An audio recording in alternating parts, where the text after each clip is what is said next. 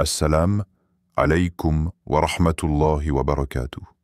Que la paix, la miséricorde et les bénédictions d'Allah soient sur vous. Ce que vous allez découvrir aujourd'hui n'est pas une simple analyse d'images. Ce n'est pas un simple commentaire diplomatique. C'est un miroir de notre époque, une invitation à regarder le monde autrement. C'est une lecture du visible et de l'invisible. Une scène figée qui parle d'histoire, de foi, de stratégie et de destin croisé. Pourquoi un prince du Golfe et un officier africain marchent-ils côte à côte? Que signifie ce moment? Sa symbolique? Son équilibre silencieux? Sommes-nous face à une alliance militaire, une stratégie politique ou une révolution des codes diplomatiques? Ce n'est pas une photo anodine. C'est un signal puissant, une allégorie d'un monde qui change. Un appel à repenser les rapports entre peuples, entre puissances, entre continents. Ce n'est pas qu'un décor de protocole. Ce n'est pas un simple uniforme et une tenue traditionnelle. Ce n'est pas une pose sans signification. C'est l'image d'un monde multipolaire, en train de naître, avec des visages nouveaux, des équilibres inédits, des alliances que l'on n'imaginait pas il y a encore quelques années. Si tu veux comprendre les véritables enjeux de ce genre de rencontre, si tu veux voir au-delà de l'apparence, si tu veux saisir le langage caché des puissants, alors reste jusqu'au bout. Car ce que tu vas entendre ici, c'est plus qu'un récit. C'est une lecture du présent avec les yeux du futur. Bienvenue dans cette exploration. Un symbole est parfois plus fort qu'un discours. Et aujourd'hui, ce symbole, c'est lui qui parle. Rencontre diplomatique entre un prince saoudien et un officier africain, dans une salle aux lignes épurées, aux colonnes dorées et aux reflets feutrés. Deux hommes avancent côte à côte, comme s'ils venaient de franchir ensemble le seuil d'un accord silencieux. À gauche, un dignitaire arabe, drapé dans une abaya traditionnelle beige, le regard droit, incarne l'élégance du pouvoir issu des monarchies du Golfe. À sa droite, un homme noir en uniforme militaire orange, coiffé d'un béret rouge, détonne par sa prestance martiale et l'étrangeté apparente de sa présence. La scène semble tirée d'un film diplomatique, mais elle est bien réelle. Elle frappe d'abord par son contraste. Deux univers que tout semble opposer, réunis dans un même couloir de pouvoir. L'un symbolise la tradition royale du monde arabe, l'autre, la rigueur militaire africaine. Ce face-à-face en mouvement soulève une question qui plane sur l'image. Que fait un militaire africain en uniforme de combat aux côtés d'un prince du Golfe, dans un décor aussi solennel que feutré? Présentation des figures principales. D'un côté, un prince saoudien, vraisemblablement membre de la famille royale, enveloppé dans les tissus amples et majestueux de la tradition. Sa démarche est assurée. Son port de tête exprime l'assurance d'un pouvoir ancestral. Il incarne un modèle de gouvernance qui mêle autorité religieuse, puissance pétrolière et ambition géopolitique. Dans le contexte du Moyen-Orient, une telle figure n'est pas seulement un acteur protocolaire. Elle représente un axe de stabilité, une source d'investissement massif et un levier d'influence dans les affaires régionales et internationales. Le prince, par sa seule présence, évoque les enjeux stratégiques liés à l'énergie, à la sécurité et à l'islam politique. À ses côtés, un homme en uniforme militaire africain, dont le port altier et l'expression déterminée évoquent l'autorité et la discipline. Son uniforme orange au motif de camouflage, associé à un béret rouge orné d'un insigne, suggère qu'il ne s'agit pas d'un simple soldat, mais d'un officier ou d'un membre d'une garde présidentielle. Est-il là en tant que garde du corps de haut niveau, délégué spécial d'un État africain, ou encore représentant d'un partenariat militaire en cours? Sa place à côté du prince n'est certainement pas anodine. Elle témoigne d'une proximité assumée, peut-être même stratégique. Ce contraste visuel entre le faste princier du Golfe et la rigueur militaire africaine interpelle. L'un vient d'un monde de palais et de traités discrets, l'autre d'un univers de terrains d'opération et d'ordre direct. Pourtant, ils avancent ensemble, comme les deux faces d'une alliance en construction. Ce simple duo en mouvement révèle une réalité plus vaste, celle d'un nouvel équilibre où les puissances arabes reconnaissent la montée en puissance politique et sécuritaire de certains États africains. Le poids de la symbolique vestimentaire et culturelle, dans toute rencontre officielle, les vêtements ne sont jamais de simples étoffes. Ils deviennent des langages à part entière, porteurs de codes, de hiérarchie et d'intention. Dans cette image, le costume traditionnel du prince saoudien n'échappe pas à cette logique. Il porte une abaya beige, fluide et élégante, rehaussée de bordures dorées, symbole d'autorité et de distinction. Sa goutra rouge et blanche, tenue par la gale noire, évoque l'ancrage dans la tradition bédouine tout en affirmant une appartenance aux élites dirigeantes du Golfe. Ce type de tenue, au-delà du confort qu'elle procure dans les climats désertiques, est aussi une affirmation de continuité historique et religieuse. Le prince y exprime à la fois sa fidélité aux racines culturelles et sa place dans une hiérarchie millénaire. Face à lui, ou plutôt à ses côtés, l'uniforme militaire de l'officier africain tranche avec force. L'orange vif et les motifs camouflage évoquent un environnement plus rude, plus direct, celui des camps d'entraînement, des opérations sur le terrain, des rapports de force immédiats. Le béret rouge, souvent associé à des unités d'élite ou à des gardes présidentielles, renforce cette impression d'autorité combattante. Sa posture droite, presque rigide, contraste avec la démarche plus souple du prince. Elle parle de discipline, de vigilance, de mission. Cette juxtaposition visuelle raconte bien plus qu'une simple différence culturelle. Elle met en scène deux formes de pouvoir. L'un issu du prestige monarchique et religieux, l'autre forgé par l'ordre, la hiérarchie et la capacité d'intervention. L'image suggère une complémentarité. La diplomatie ne se passe plus uniquement dans les salons dorés. Elle s'écrit aussi avec ceux qui portent l'uniforme, symbole de souveraineté affirmée sur un continent de plus en plus courtisé. Les enjeux géopolitiques possibles derrière cette rencontre? S'agit-il d'une coopération militaire, d'un geste symbolique d'union entre continents, ou d'un message géopolitique codé envoyé à la scène internationale? Rien n'est laissé au hasard dans ce genre de mise en scène. Cette image, en apparence anodine, pourrait bien en dire long sur les nouvelles dynamiques de pouvoir à l'œuvre entre l'Afrique et le Moyen-Orient. Les enjeux géopolitiques possibles derrière cette rencontre.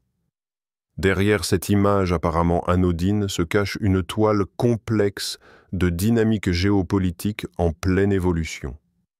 La présence côte à côte d'un prince saoudien et d'un officier africain n'est pas une simple formalité protocolaire.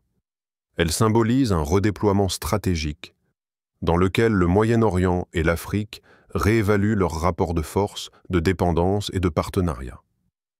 L'un des enjeux majeurs de cette proximité est la coopération militaire. Depuis plusieurs années, les monarchies du Golfe, et en particulier l'Arabie saoudite, investissent dans des accords de défense avec divers pays africains. Ces partenariats se traduisent par la formation de soldats africains, par des instructeurs arabes, le don ou la vente d'armements, et parfois la mise en place d'unités conjointes de sécurité. Ces alliances permettent aux États africains d'accéder à des équipements modernes et à un soutien logistique, tout en donnant à Riyad une influence croissante sur le continent. En retour, certains pays africains offrent des facilités militaires, comme l'usage de ports, d'aéroports ou de bases terrestres. Un autre pilier de cette relation est l'économie. L'Arabie saoudite, à travers ses fonds souverains comme le PIF, Public Investment Fund, cherche à diversifier ses investissements hors du secteur pétrolier. L'Afrique, avec ses terres agricoles vastes, Ses ressources minières abondantes et sa croissance démographique rapide constituent un terrain fertile pour l'expansion saoudienne. Des projets dans l'agriculture, l'énergie solaire, les infrastructures et la logistique ont vu le jour dans des pays comme le Soudan, le Sénégal ou encore le Niger. Ces investissements ne sont pas seulement lucratifs. Ils s'inscrivent dans une logique d'influence douce où l'économie devient un levier de pouvoir. Il faut aussi lire cette rencontre dans le cadre plus large de la lutte pour le contrôle de la mer Rouge et de la Corne de l'Afrique. Face à l'activisme militaire des Émirats arabes unis à Djibouti ou en Somalie, l'Arabie saoudite entend renforcer sa propre présence. La proximité géographique entre la péninsule arabique et l'Afrique de l'Est rend cette coopération presque inévitable. Dans cette zone, les tensions avec l'Iran, la présence militaire turque, mais aussi les bases occidentales, françaises, américaines, chinoises, créent un environnement où l'alliance avec des États africains devient un atout géostratégique décisif. Enfin, cette rencontre incarne une tendance plus large, la diplomatie sud-sud. Les anciennes logiques de dépendance nord-sud sont en train de se recomposer. L'Afrique au cœur de la diplomatie arabe contemporaine. L'Afrique est devenue, au fil des dernières décennies, un terrain stratégique central pour les ambitions diplomatiques et économiques des monarchies du Golfe. Loin de se limiter à une aide ponctuelle ou à des gestes symboliques, les pays comme l'Arabie saoudite, les Émirats arabes unis et le Qatar ont intensifié leur présence sur le continent africain à travers une stratégie multidimensionnelle mêlant investissement, coopération religieuse, influence politique et partenariat sécuritaire. Sur le plan économique, l'Afrique attire des milliards de dollars venus du Golfe, souvent via les fonds souverains. L'Arabie saoudite investit dans des projets agricoles à grande échelle au Soudan et en Éthiopie, dans le but de sécuriser ses approvisionnements alimentaires. Les Émirats, quant à eux, se sont implantés dans la logistique et les infrastructures portuaires, notamment à Djibouti, en Somalie et en Érythrée, renforçant leur contrôle sur les routes commerciales de la mer Rouge. Le Qatar, de son côté, mise sur les secteurs de la santé, de l'éducation et de l'énergie renouvelable, avec des projets visibles au Sénégal et au Rwanda. Ces investissements ne sont pas neutres. Ils façonnent les orientations politiques et diplomatiques des pays africains partenaires. Sur le plan politico-religieux, l'Afrique joue aussi un rôle clé dans les institutions islamiques internationales, en particulier au sein de l'Organisation de la coopération islamique, OCI. Avec près d'une trentaine de pays membres africains, le continent constitue un bloc incontournable dans les votes, les résolutions, mais aussi les initiatives diplomatiques lancées par Riyad ou Doha. Ce poids politique permet aux pays du Golfe de renforcer leur légitimité dans le monde musulman, tout en s'assurant des relais d'influence sur le continent. Enfin, la dimension sécuritaire est de plus en plus affirmée. Les monarchies du Golfe s'engagent aux côtés d'États africains confrontés à l'instabilité, comme ceux du Sahel. L'Arabie saoudite, par exemple, a soutenu l'initiative du G5 Sahel et envisage l'implantation de bases logistiques en Afrique de l'Est, notamment à Djibouti. Ces engagements, souvent discrets, s'inscrivent dans une vision de long terme. Sécuriser les intérêts du Golfe en Afrique, mais aussi utiliser le continent comme zone tampon stratégique dans les rivalités qui opposent Riyad et ses alliés à l'Iran, à la Turquie ou à certaines puissances occidentales. En somme, l'Afrique n'est plus un simple réceptacle d'influences extérieures. Elle est devenue un acteur diplomatique convoité, un partenaire stratégique que les pays du Golfe courtisent avec méthode, ressources et calcul. Une mise en scène soigneusement orchestrée, l'impact médiatique et symbolique de cette image. À l'heure où une image circule plus vite qu'un communiqué officiel, celle-ci n'échappe pas à la règle. La mise en scène d'un prince du Golfe avançant aux côtés d'un officier africain en uniforme suscite immédiatement l'attention. Elle bouscule les représentations habituelles des relations internationales, encore dominées dans l'imaginaire collectif par des figures diplomatiques classiques, en costume-cravate, dans des décors neutres. Ici, le contraste culturel et esthétique frappe l'œil, intrigue l'esprit et invite à l'interprétation. La rareté de ce type de représentation visuelle explique en partie l'intérêt qu'elle génère. Il est peu commun de voir un officier africain occuper une place aussi visible, aussi symbolique, dans un cadre protocolaire du Moyen-Orient. L'image se distingue par son équilibre inattendu. Aucun des deux hommes ne semble subalterne. Chacun affirme son autorité dans un langage vestimentaire et corporel propre. Sur les réseaux sociaux, ces images circulent rapidement, isolées de leur contexte mais amplifiées par les réactions qu'elles suscitent. Certains y voient un message d'unité entre le monde arabe et l'Afrique, d'autres y lisent une volonté de domination ou une manœuvre géopolitique habile. Les commentaires fusent entre fascination pour le symbolisme de la scène et débat sur ses implications cachées. L'image devient alors un objet de storytelling collectif, chacun y projetant ses propres hypothèses. Mais au-delà de la viralité, cette image fonctionne comme un outil de soft power soigneusement calibré. Elle transmet un message implicite, celui d'une alliance entre traditions, d'un dialogue entre puissances régionales qui n'ont plus besoin de passer par les anciennes puissances coloniales pour exister diplomatiquement. Elle réaffirme aussi le rôle croissant des pays du Golfe dans la diplomatie sud-sud, où l'apparence devient un levier de légitimité.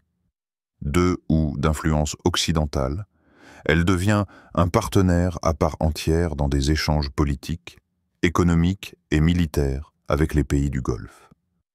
Cette diplomatie fondée sur des intérêts mutuels et des visions partagées transforme la nature même des relations internationales. Ainsi, cette image n'est pas qu'un instant figé. Elle est le reflet d'un monde multipolaire en mouvement, où les alliances se construisent au-delà des anciennes frontières idéologiques et où l'Afrique devient un acteur central des équilibres globaux. Hypothèse sur l'identité du militaire et sa fonction réelle. L'identité exacte du militaire africain reste inconnue, mais son apparence et sa posture laissent entrevoir plusieurs hypothèses plausibles quant à son rôle réel. La première, la plus immédiate, serait celle d'un garde du corps d'élite, appartenant à une unité présidentielle ou spécialisée dans la protection rapprochée de dignitaires étrangers.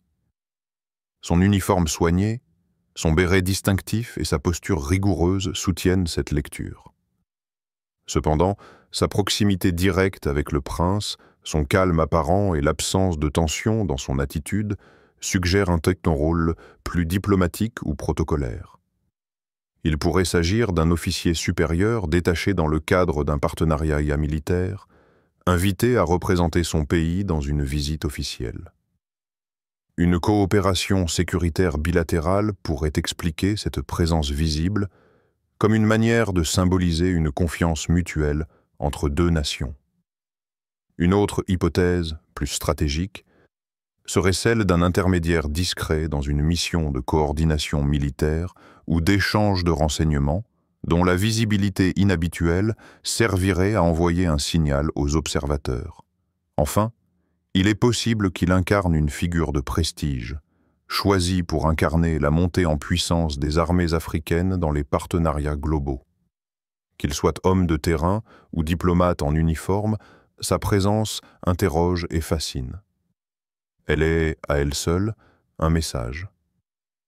Au-delà de l'image, un symbole d'un monde multipolaire. Cette image, en apparence banale, cristallise pourtant un moment clé du basculement diplomatique mondial. Elle ne se limite pas à une simple rencontre entre deux hommes venus de mondes différents. Elle incarne la transformation silencieuse mais profonde des équilibres internationaux. Là où, autrefois, les grandes puissances du Nord imposaient leurs agendas, ce sont désormais des acteurs régionaux, souvent issus du Sud, qui redessinent les contours de la coopération internationale. L'Afrique, longtemps perçue comme une périphérie diplomatique, s'affirme désormais comme un centre de gravité stratégique. Elle ne se contente plus d'être courtisée. Elle choisit, négocie, impose parfois ses termes.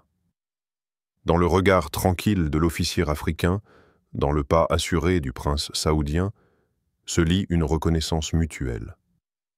Le respect, dans cette mise en scène, n'est pas fin. Cette rencontre visuelle révèle aussi la montée en puissance de nouvelles alliances, hors des cadres traditionnels dictés par les anciennes puissances coloniales ou les blocs idéologiques du XXe siècle. Le dialogue entre l'Afrique et les pays du Golfe reflète une diplomatie fluide, multiforme, où les intérêts économiques, sécuritaires, culturels se croisent sans toujours suivre les logiques occidentales. En définitive, cette image n'est pas un simple instant figé. Elle est un miroir tendu à notre époque, celle d'un monde multipolaire où les visages du pouvoir changent, s'adaptent, se diversifient et parfois surprennent. Ce n'est pas qu'une image, c'est un message. Dans ce monde qui change, dans ces relations qui se redessinent, chaque détail compte, chaque posture est un langage, chaque rencontre devient une ligne dans le grand livre de l'histoire. Ce prince du Golfe, cet officier africain, cette marche côte à côte, ce n'est pas un hasard. C'est un symbole de rapprochement, de puissance, de fraternité entre peuples musulmans. C'est la preuve que l'Afrique n'est plus spectatrice, mais actrice d'une diplomatie nouvelle, digne, confiante, enracinée. Face à l'instabilité, aux tensions, aux manipulations médiatiques, nous avons le devoir, en tant que musulmans, de lire les signes, de comprendre les équilibres, d'élever notre vision au-delà de l'éphémère. C'est un acte de foi de s'éduquer. C'est une forme de ibada, adoration, de s'informer avec lucidité. Alors, à toi qui regardes cette vidéo, si tu veux renforcer ta conscience politique avec ta spiritualité, si tu veux comprendre le monde sans renier ta foi, si tu veux recevoir d'autres analyses puissantes, claires, enracinées dans la Oumma, abonne-toi. Partage cette vidéo, deviens un acteur éclairé de notre temps. Ce n'est pas juste un clic. C'est un engagement pour la connaissance, pour l'unité, pour l'honneur de notre communauté. Allahumma ahyina ala al-haq wa amitina alayh. Wajalna min man yufakkiruna bi basira wa ya'maluna bi ilm wa yansuruna al-haq wa ahla. Allahumma wahhid sufuf ummatina warfa' sha'naha bayna al-umam. At'imna hikma warzuqna basira. Wajalna min al-sadiqin, amin. Ô Allah, fais-nous vivre dans la vérité et mourir en elle. Faites de nous ceux qui réfléchissent avec clairvoyance, qui agissent avec science, qui défendent la vérité et ses partisans. Ô Allah, unis les rangs de notre Oumma et élève sa dignité parmi les nations. Accorde-nous la sagesse, la lucidité et fais de nous des véridiques. Amin. La géopolitique n'est pas une affaire réservée à quelques-uns. C'est notre monde, notre avenir, notre responsabilité. Et ici, on le lit avec les yeux du cœur et la lumière du Coran. Abonne-toi maintenant, parce qu'ensemble, on construit une conscience musulmane éveillée.